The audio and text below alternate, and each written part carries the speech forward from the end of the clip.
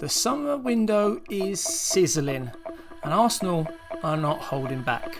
After securing striker Victor Gyokeres, midfield anchor Martin Zubimendi, and winger Noni Madueke, the Gunners aren't done yet. Rumours swirling around that Crystal Palace's Eze, those Spurs, have surged ahead in the chase. Meanwhile, 6 squad players look to be leaving to make room for reinforcements. So stay tuned, because this transfer story is just heating up. Hello and welcome to Arsenal Analysed. I'm JC. I hope you're doing well. Today I'm joined by a very special guest. He will be sharing his insights on the current situation at Arsenal. How are you doing today, Tom? Doing very well, mate. How are you? Not too bad. Can't complain. Well, thank you very much for joining me today. I know you've got a very busy schedule, but before we dive in, because I know I'll get asked by at least one person, given what you do and your passion for Arsenal, and you're obviously very well known among the Arsenal fan base, could you enlighten anyone that maybe not be aware of who you are? Yeah, sure, no problem. So, I'm Tom. I run the Gunner Talk YouTube channel. I'm also the lead Arsenal writer at football.london, covering the club home and away. And, just giving my thoughts around the club on a daily basis, writing words, saying words and thinking words, a lot of the time around the club. Yeah. And trying to give kind of a grounded, objective spin without losing our heads, basically, is kind of the style, I guess, if you like. Yes, easily done as well. Especially with our fan base, very reactive. Indeed. So, all of the reasons you just mentioned there is exactly why I wanted to get you on, just to kind of share your knowledge and insight into what's going on at Arsenal right now. We've certainly had a busy summer with signings, most of which we can't complain about. But I think the one area of sort of potential concern, which could have ramifications on the remainder of the window, is Arsenal selling players. There are quite a few that are on the so-called transfer list, if you want to call it that. Do you have any sort of updates as to kind of where we are with some of those players and what sort of fees and clubs they might be off to if they do go? Yeah, I mean, at the moment, I wish I had kind of more news in relation to like things being imminent, but still, even, we're halfway through August, there's just over a couple of weeks left of the transfer window. We're not kind of at a precipice of much changing. It seemed for a while like Fulham were the most interested party in Reiss Nelson, for example. Yeah. But last time I kind of asked a question around that, the sense was that might drag on a little bit to kind of find a solution. Arsenal would love a permanent exit. I think that Fulham would obviously prefer a loan with the player's fitness injuries and issues that he suffered. Fabio Vieira has been in talks with, a potential move to Stuttgart. They've recently sold Enzo Milo, of course, to Saudi Arabia, and have got kind of a void in creative midfield. And so they've kind of identified Vieira as a potential replacement for him. But ultimately, they have to come to an agreement on a price with Arsenal, which is, no easy feat for Arsenal when it comes to selling. So they want to kind of, maximise that. And Stuttgart want to get, I keep saying Frankfurt, I was even doing it on my show. Stuttgart want to maximise the value from that deal. Karl-Heinz got interested in him, but nothing too major. Zinchenko, there's interest kind of loosely around Europe in him. I know there's been interest in Turkey and Portugal supposedly as well. Okay. And beyond that, you're kind of looking at Lokonga, who, other than some links loosely to Greece of late, PAOK, I think, with the team that were linked with him most recently, and kind of the only team linked, it's kind of a bit of a struggle, for Arsenal to move players on. So hopefully there's some changes soon. But as of the time of recording, so Wednesday evening, 13th of August, it's there's nothing said to be imminent unless something drastically changes, in the coming days. Yes, and you do make a very good point in saying, Arsenal have issues with sort of selling players, and it's a common theme now over multiple previous windows. Hopefully, not that I want to jinx it, but the new director of football seems to have done a pretty good job so far in signing players, different to how we've handled things in the past. So hopefully he can have the same sort of effect when it comes to selling players moving forward. There were 2 names that you didn't mention that could quite nicely fall into the next question, really. So I know Jakub Kiwior isn't being forced out of the club, so to speak. He's got interest from Italy among elsewhere. Arsenal would rather keep the player, but should he go for whatever reason, should he force a move, we do have people lined up or backed up to potentially look at. Is that right? Yeah, I mean, Arsenal are always aware of, the potential to maximise on a sale, and arguably Jakub Kiwior's situation is as such that he is probably the most he's ever been in terms of value at Arsenal after Yeah, a really good end to last season.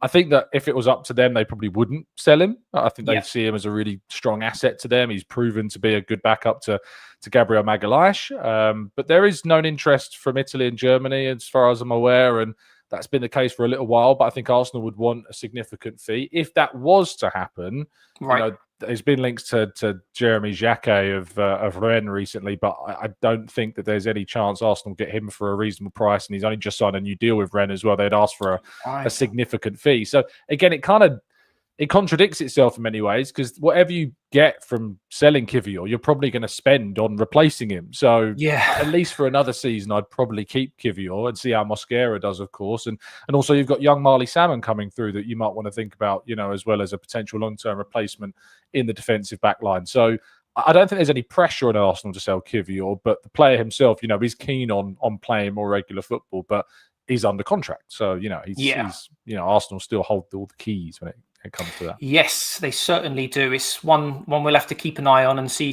what happens. And Marley Salmon, as you mentioned, great youngster, one to keep an eye on as well for the next few years. Signing for Arsenal, Trossard. The signing for Arsenal being Eze, who is being linked with Tottenham at the moment, seems to be advanced if the rumours are true.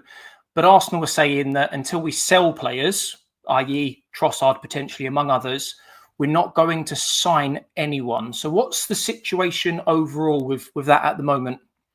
Yeah, it seems that Leo Trossard's kind of the linchpin, if you like, to the rest of the window for Arsenal. Yeah. It feels as though if he is to leave, then it would probably open up the door for Arsenal to bring in that third attacking side and that 7th overall signing into the team. So far, it's not like an exit for him is around the corner right now. It certainly doesn't feel that way, even though that he seems open to an opportunity elsewhere, and that he's not yet signed that contract that was supposedly offered towards him. Semi Mokbel broke that story that Arsenal were in talks over improving his terms, not necessarily an extension, but just an improved contract to kind of put him onto the same bracket as some of the other players that are starting and playing as many games as he is, which he currently isn't on the same terms as. But it seems to be an opportunity that if he wants to explore a move elsewhere, he could. He's not a guaranteed starter for Arsenal. Arsenal already have brought in Noni Madueke, who started to play on the left as well, which would limit his minutes even more. So it makes sense that he might be open to that opportunity elsewhere. But from an Arsenal perspective, their priorities in terms of attacking signings were sign a striker and sign a depth option to Saka as well, after they lost him for 4 months last season. Nwaneri came in, but they see him as more of a central player. His contract renewal, of course, has also impacted their necessity to sign Eberechi Eze as well, it turns out. And so if Trossard leaves, it could be that Eze then is a player they move for. Certainly he's a player that Arsenal still are interested in, but they see him more as kind of a central attacking player. And they've already got Odegaard, they've got Nwaneri, they've also got Max Dowman coming through, who I know has played on the right, but he's more of a central player, seen as kind of turning into that figure in the future. And on the left at the moment, they have 2 options in Martinelli and Trossard. So they do need to sell anyway for PSR and financial fair play reasons, predominantly, but also because of space. Like, they've got, I think, on the books right now, not including Jesus or Dowman, like 27 odd players. And you can only have a 25-man squad, of course, and you can only have 20 players on a match day. So it's a lot of players they've still got. Quite bloated. It is a bloated squad. Like, people describe Arsenal still being short, but I don't agree that Arsenal are short. No. We actually have got quite a lot of depth. You've got 2 competitive players in every single role in that starting 11 at least, and that's not including Jesus or Dowman. So I think that from an Arsenal perspective, it makes sense they're focusing on sales. And if Eze really wants this Arsenal move, then he would probably be encouraged to hold out and not make that switch to Spurs. If he does make that switch to Spurs, in my opinion, it'll be because he's got the sense that Arsenal aren't going to move. I get the feeling if he's been if he's been given the indication that Arsenal are going to go for him, I feel like he'd wait, because he's an Arsenal fan. He's been very keen on this move. From what we've been made aware and what my understanding is, that if he could choose a team to go to right now, it would be Arsenal. because Spurs had an interest at the beginning of the window, but kind of backed away when they learned that Eze was kind of more leaning towards Arsenal. But after James Maddison's injury, it's put more of an emphasis on them to try and find someone. And of course, the Morgan Gibbs-White pursuit kind of failed. So there's more of an emphasis on them to push for Eze. And I think they think that if Arsenal are unsuccessful in selling players and obviously don't then have a real necessity to move for him, they see an opportunity there to sign a player. If not, I think that how long this goes on for, how long the deals, because let's be real, if Eze wanted to go to Spurs after they'd already agreed to pay that £60 million release clause that Morgan Gibbs-White had that obviously eventually didn't happen, they have the money. The money's there to buy Eze for Spurs. Yeah. It would have, in my view, it would have happened. If it was a cut and dry as he wants to go to Spurs, Spurs want to sign him, they would pay the money. But so far that's not happened. And it isn't necessarily close to happening yet because the sense is that Arsenal still remain very much at the forefront of Eze's mind, but a lot of obstacles need to be overcome before that can happen. Yeah, not straightforward. Sort of relying on other bits and pieces before anything can happen. And I suppose the only other question with regards to the sort of Eze left wing or 10 position, because he can play in sort of two different roles. If, for example, he did move to Spurs before we made any sales, and then we were to make sales with, I don't know, a week left of the window, what sort of players, if any, do Arsenal have as part of maybe a contingency plan? The bottom line is that we're not really sure as to who Arsenal could be, who they could get as an alternative really to Eze, because despite having interest in Rodrygo and Anthony Gordon, of course, they're players that if they were to move would cost a lot of money. We're currently seeing Manchester City being the key kind of contender for Rodrygo, and the fees going around are around the 90 to 100 million euro mark, which, for Arsenal to land Rodrygo, to pay that, I personally think he's a good player, but I don't think he's worth that money. And I think that it would take a sale of, say, Gabriel Martinelli, really, for that kind of money to be spent on a player from an Arsenal point of view. And I think that if we are to see somebody other than Eze come in, the sense that I get is it's probably someone that we're not talking about right now, and that it's a name that we haven't necessarily discussed, and that will emerge at a piece for FL today, talking about potentially some of the alternatives. We talked about Lookman, about Leao, about Malik Fofana as well of Lyon.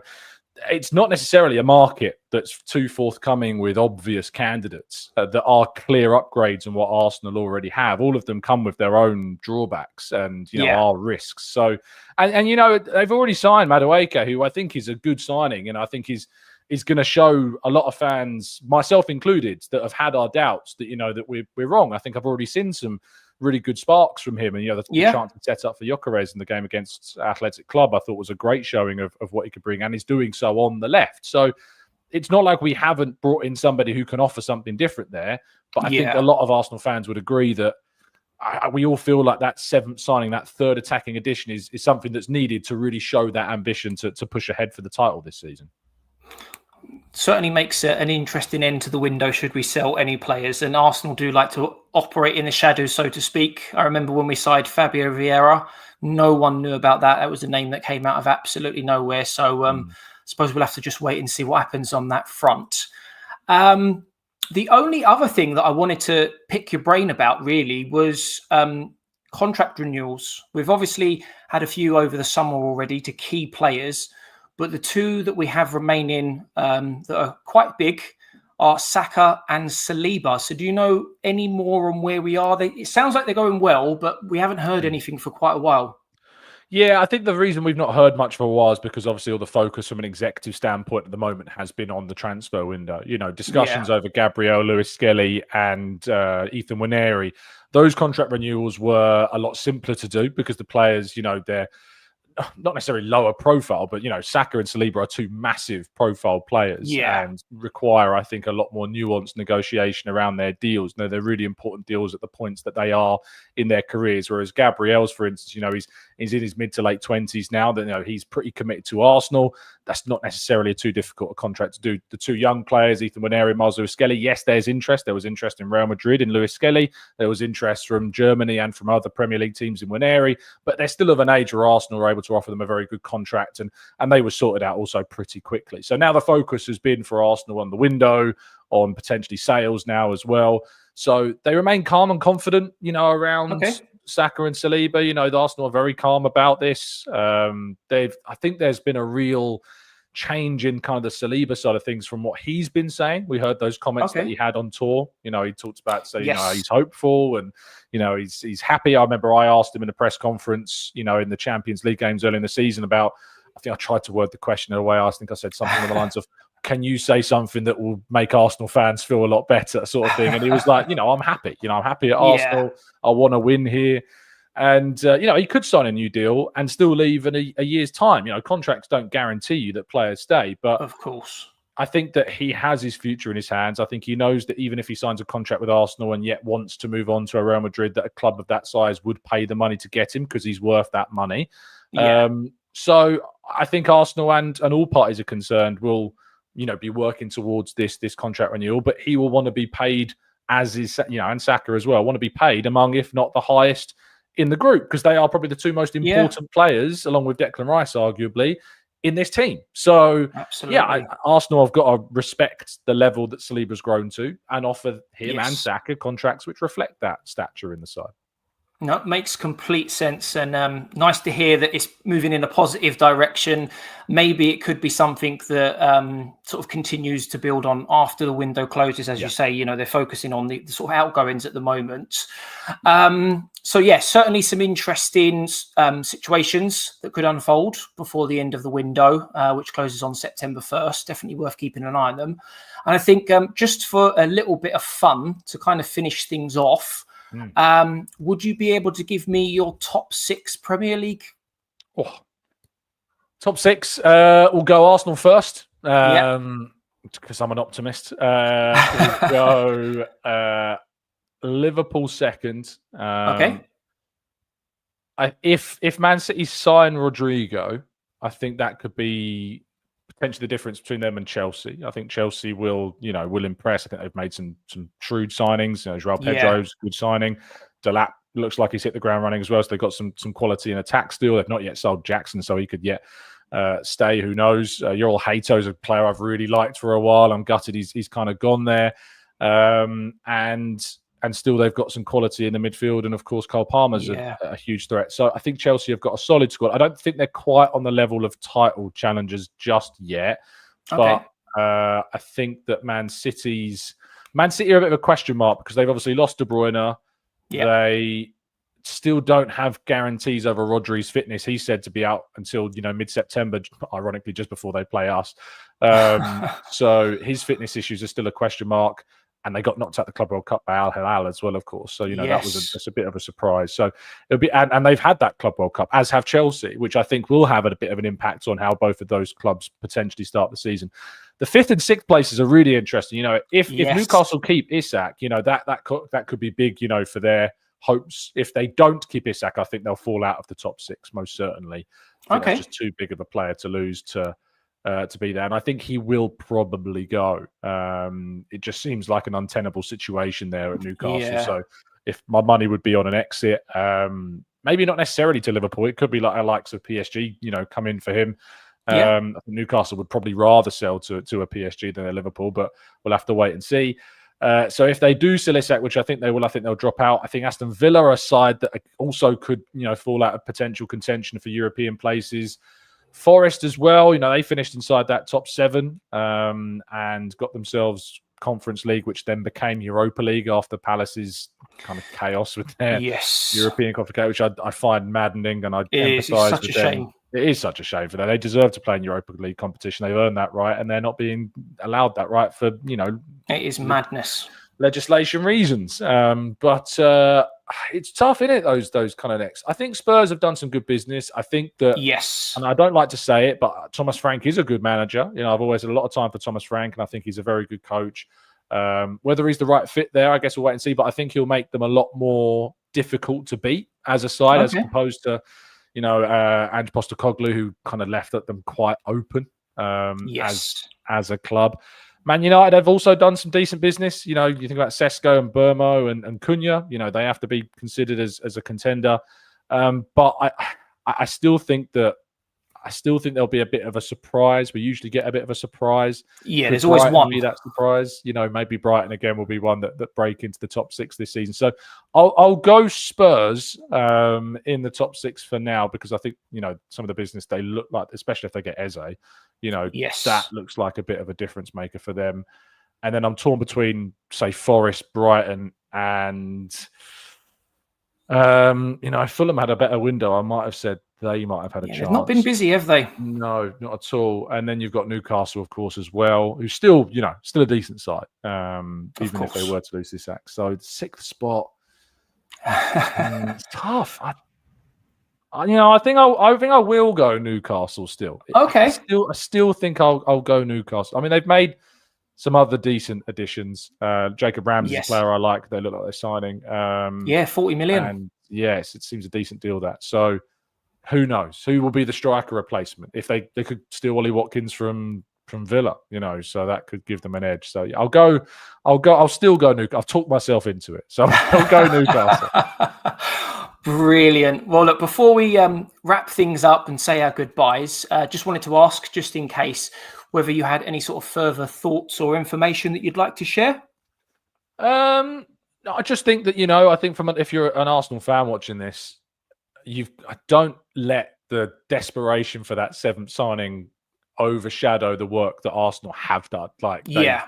All 6 signings Arsenal have made have improved them. Every single one of those players takes the relative position they're filling forwards, whether it's Kepa upgrading Neto, Zubimendi upgrading Partey, Norgaard upgrading on Jorginho, Madueke giving us a more competitive depth option to Saka and depth on the left-hand side too. Gyokeres, of course, coming in. Yeah. We finally got our number 9 sorted. And Mosquera adds depth that Tomiyasu just couldn't provide because he was always out injured. So, Arsenal have done some really good business. And if they can get some players out the door before the end, maybe they will sign a 7th player. I hope they do.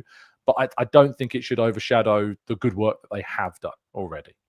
Absolutely. And Arsenal and transfer windows are never dull. And we've still got plenty of time for things to change. So watch this space, I suppose. But on that note, it's been an absolute pleasure to have you on the channel, Tom. I really do appreciate you sharing all things Arsenal with me and my community. And hopefully we get to see you again sometime soon. Indeed. Pleasure, as always. Brilliant. Thank you very much.